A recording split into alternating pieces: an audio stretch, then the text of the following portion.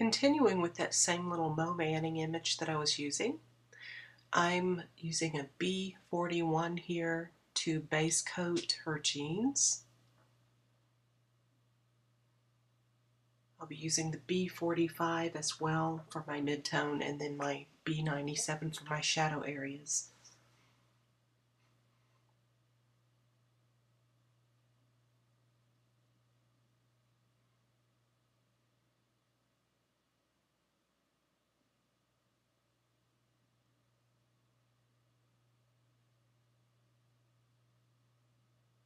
There's a fairly substantial jump between B41 and B45 in value, so it takes a bit of time to blend that.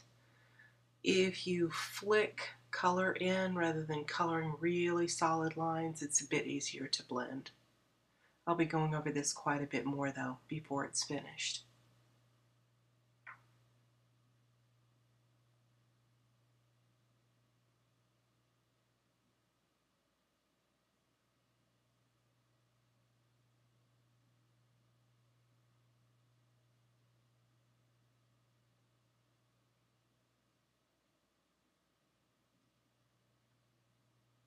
Still B45, I'm just deepening some tones with that mid-tone.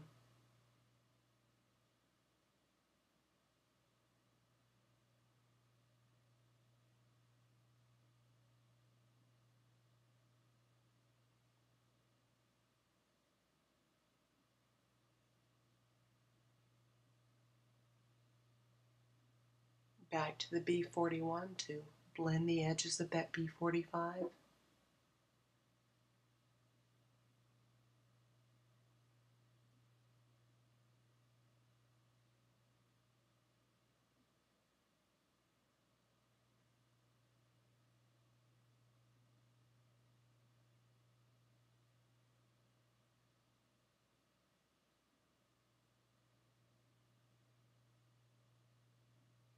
Feathering a little bit more B45 in there before moving on to that B97.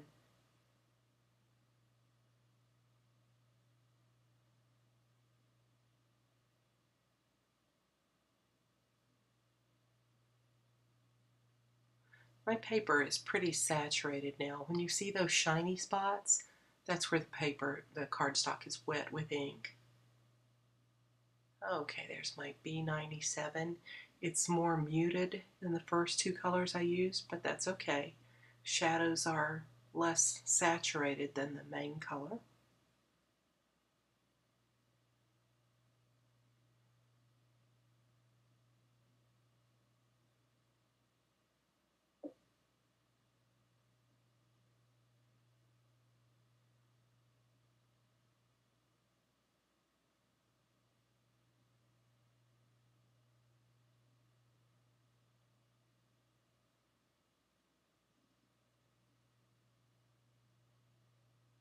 The B45 is to soften up the edge of the B97.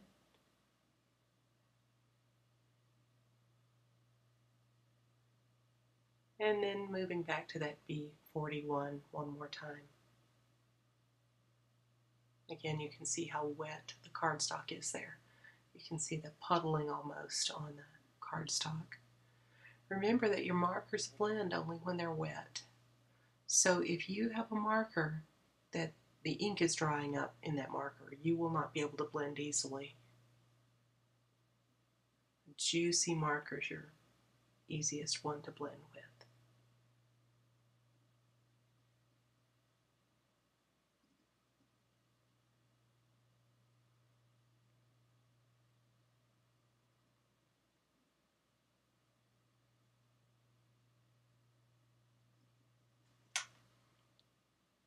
I'm almost finished with this leg.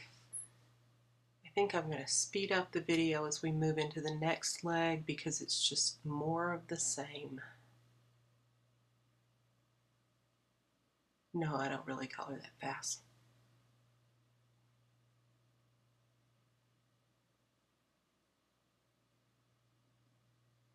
I wish I did color that fast.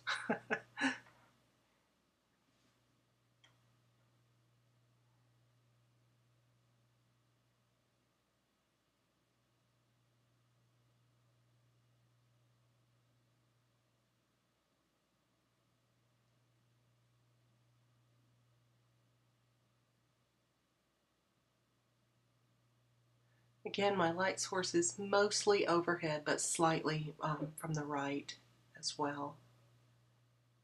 I do have her hand there though, as well as that book bag to give me some shadow on the right side of the pants, even on the leg that I'm working on now.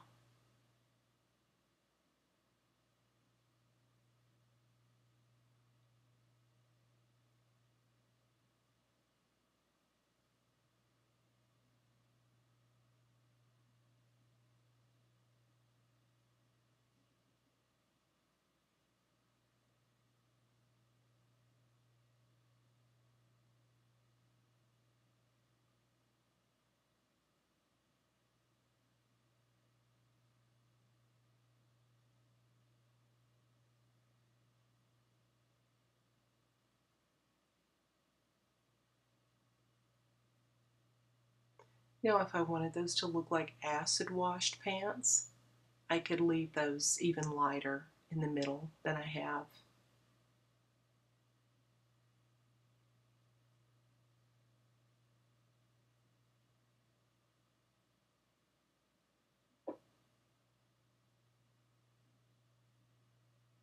Almost finished here.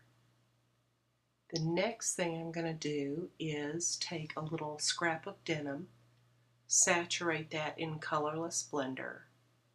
I don't want it drippy wet, but I want it fairly wet. And then I'm going to lay it right on top of those jeans to get some texture on those. Lay it down flat, pat it down, pull it up.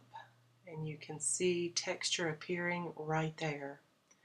You can also see I texturized her hand. I'll have to go back and fix that.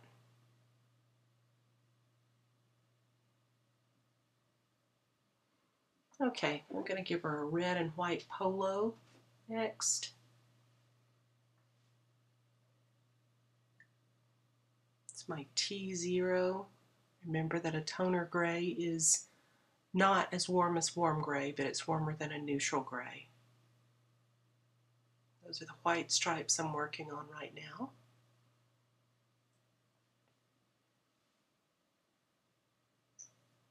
There's a T2,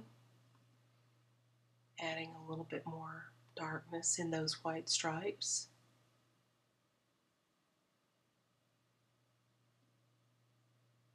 And under the apple.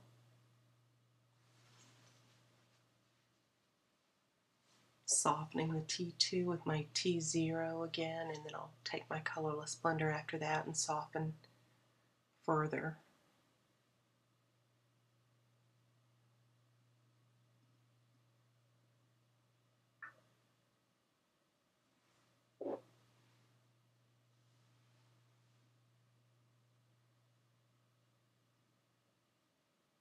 That'll be a little lighter when it dries.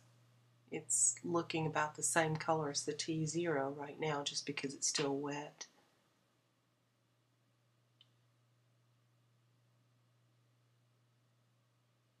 And now I'm ready to start my pink stripes, starting with an R22 there, or my red stripes actually.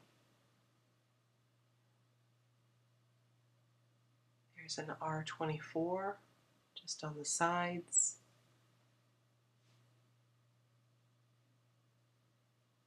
This is a little harder to see because again these markers are quite wet, so the shininess you're seeing is just the wetness of the marker. There's my R29. Then I'm going back with the R22 and just putting a bit of that in the middle so that those blend nicely. Ready to move to the next stripe.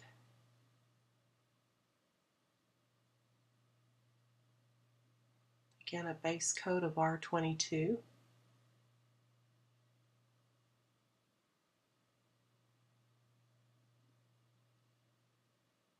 Some R24 under the apple, beside the apple, and where the jacket would cast a shadow on the shirt, and then a bit of R29 there.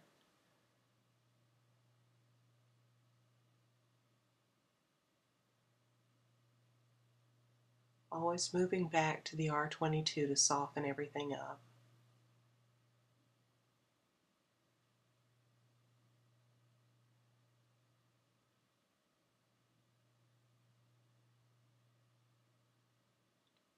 ready for my last stripe there.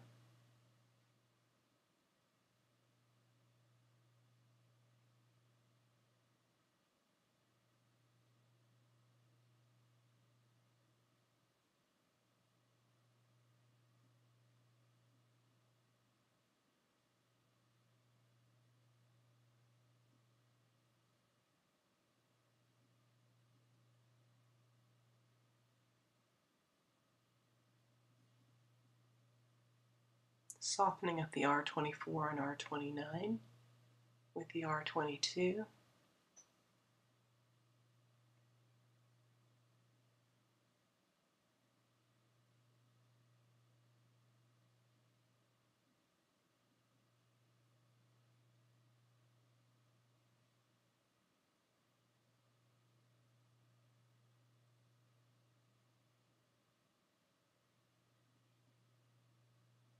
Now there's just a touch of R89, which is more muted or less saturated than the R29 and also darker in value.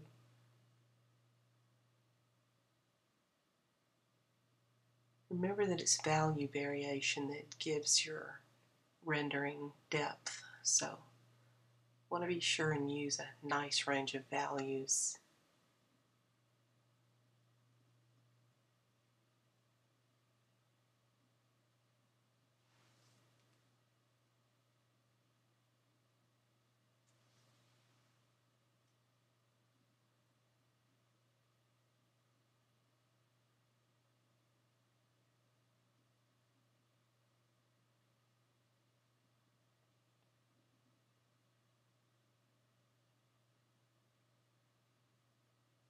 Almost forgot to color the little heart on the jeans down there. Thought I would color it with my reds while I have those out. It was R22, and here's some R29. Such a tiny area. I didn't try to get the R24 worked in there either. And a bit of R89 on that very outside shadow edge.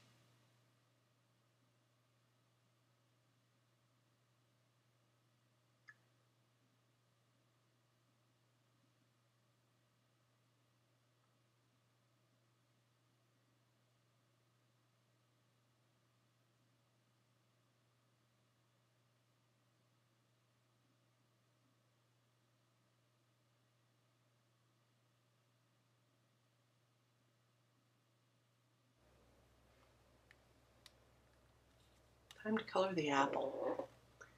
I didn't really want to color the apple red since I had put a red and white striped shirt on her, so I think I'll give her a Granny Smith apple.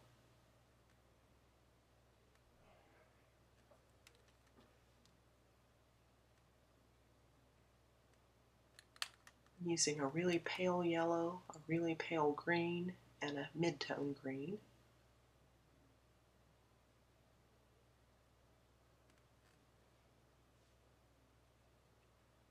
That's just a bit of tip-to-tip blending there. I didn't want to put the R24 right back down on the apple again, but I needed a little more color. Not R24, G24. Needed more color than the G24 had. So I used my G20 to take some color off of the G24. And then my YR30 to give myself a little highlight area there.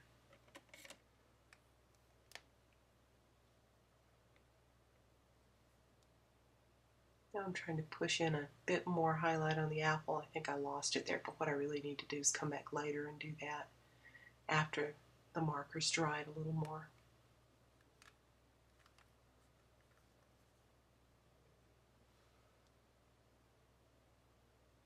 We're about ready to go on to part 3. I'll finish her clothing in part 3.